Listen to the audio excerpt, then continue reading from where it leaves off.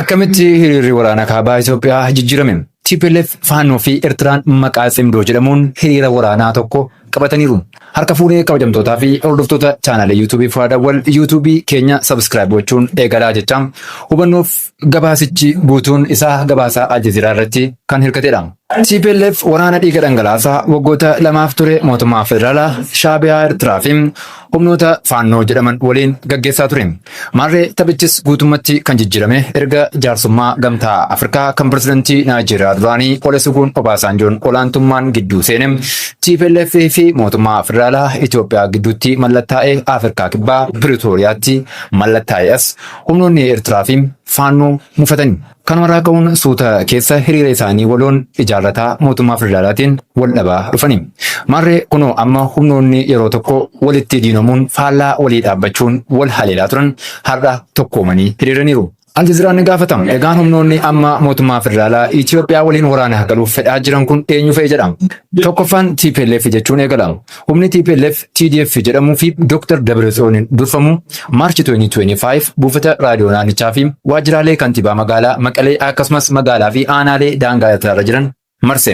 Kunis aanaa Sahartee fi magaalaa Addigiraat akka Afrikaan Center for Strategic Study jedhutti naannichatti magaalaa lamaffaa uummanni hedduun keessa jiraatu kan dabalatudha. Gama biraan seentariin kun akka jedhutti yeroo ammaa Tigraay keessatti aanaaleen Roobii fi Shiraaroo garri daangaa irra jiran to'annoo humnoota Eertiraa harka ta'uu kaasa. Kunis waliigaltee nagaa Piriitooriyaan humnoonni alagaa martuu daangaa Itoophiyaa irraa akka bahan jedhu cabsuuni jechuun Aljazeeraan gabaasasaa itti fufama. Oktoobarii 2025 keessa ministeerri haajaa alaa Itoophiyaa xalayaa dhaabbata mootummoota gamtoomanii UN'if ergan TPLF fi Eertiraan humnoota faannoo walloo kaabaa keessa buufatan maallaqaan sochoosuu fi qajeelchuu irratti hirmaataaru jechuun himatee ture.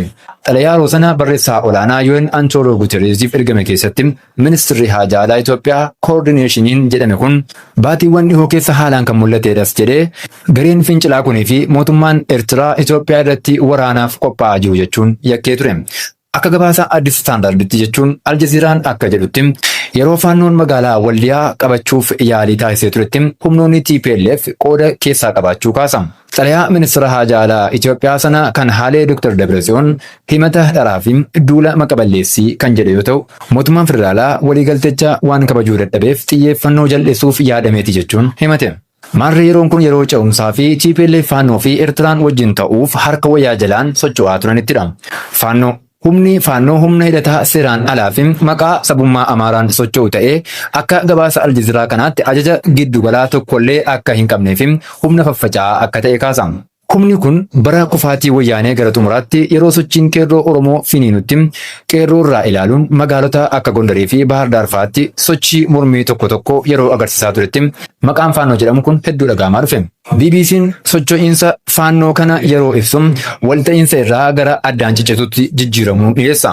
Humni kunis booda keessa yeroo waraana Tigraay fi mootummaa federaalaa gidduutti gaggeeffamutti humnoota mootummaa cinaa goruun TPLF waraanaa ture.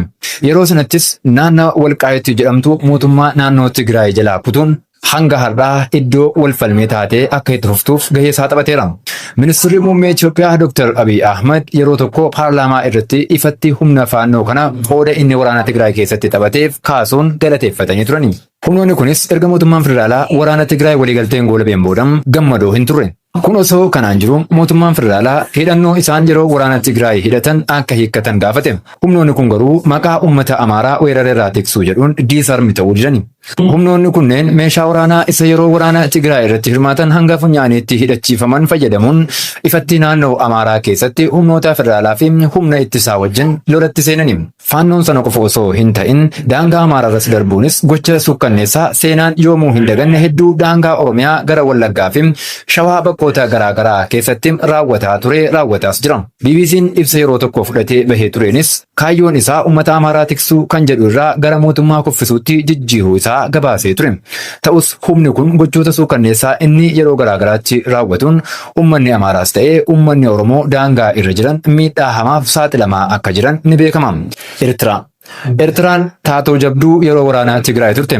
Ministeerri muummee Dr. Abiy Ahmad gara aangootti dhufuu hordofee walitti dhufeenyi Finfinnee fi Asmaraa haala gaariin deemaa ture. Hooggantoonni biyyoota lameenis biyya walii isaanii daawwataniiru. Maarree Asmaraanis kan isheen waraanicha keessatti hirmaachuu dandeesseef michummaa uumame kana sababeeffachuun diina ishee waggoota 27 adabuuf karaa argattee itti seente. Ta'us hirmaannaan humnoonni Eertiraa waraana Tigraay keessatti taasisan gama mootummaa Itoophiyaatiin hanga Febraarii 3 bara darbeetti ifatti hin amanamne ture. Ta'us bara darbee mootummaan federaalaa Itoophiyaa yeroo jalqabaatiif humnoonni Eertiraa waraana Tigraay keessatti qooda fudhataniiru jechuun beeksise.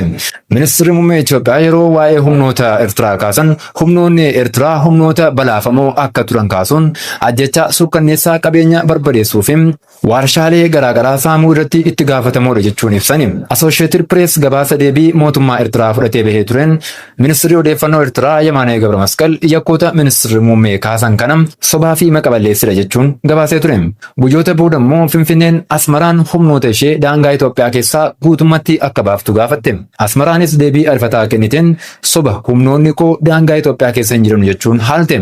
Walitti dhufeenyi waggoota 12 oliif adda citee ture kaka'umsa ministeera muummee Itoophiyaatiin deebi'ee haaromee isaaniifillee badhaasa Noobeelii argamsiisee erga waliigaltee waraana dhaabuu waraana waggoota 2 TPLF fi Finfinnee gidduutti ture dhaabe Pirootooriyaatti mallattaa'ee bishaan itti nam'e. Suuta keessas diilalla'aa dhufuun amma inumaatu dhagaa ta'ee jechuu ni dandeenya.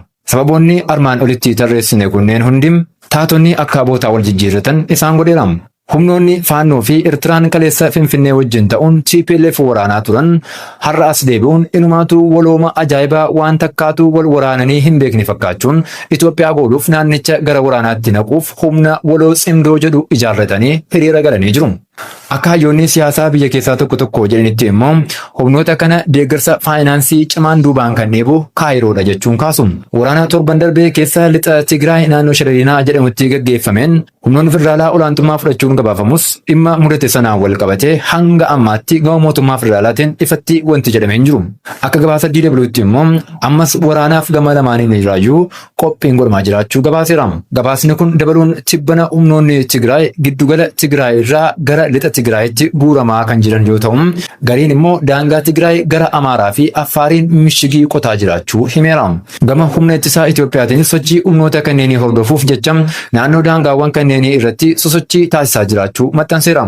Eertiraan humnoota ishee dhoksaan gara naannoo Tigraay galchiteetti odeeffannoon jedhu erga baheen booda Ambaasaadder Suleemaan Daddafoon Itoophiyaan amma mirga guutuu Eertiraa haleeluu ni qabdi jedhe. Kun osoo kanaan jiru Eertiraanis guutummatti waraanichatti akka hirmaattu mirkaneessiteetti odeeffannoon jedhus bahaa jira. Humnoonni ittisaa Itoophiyaa humni qilleensaa fi qaamoleen nageenyaa biyyattii sochii humnoota cimdoo jedhamanii kanneen itti dhiheenyaan hordofaa akka jiran himamaa jira. Egaan nageenya biyya keenyaaf hawwaa chaanaalii YouTube keenyaa sabiskiraayib gochuu hin dagatinaa. Kaleessi har'aaf sababa nagaan turaa.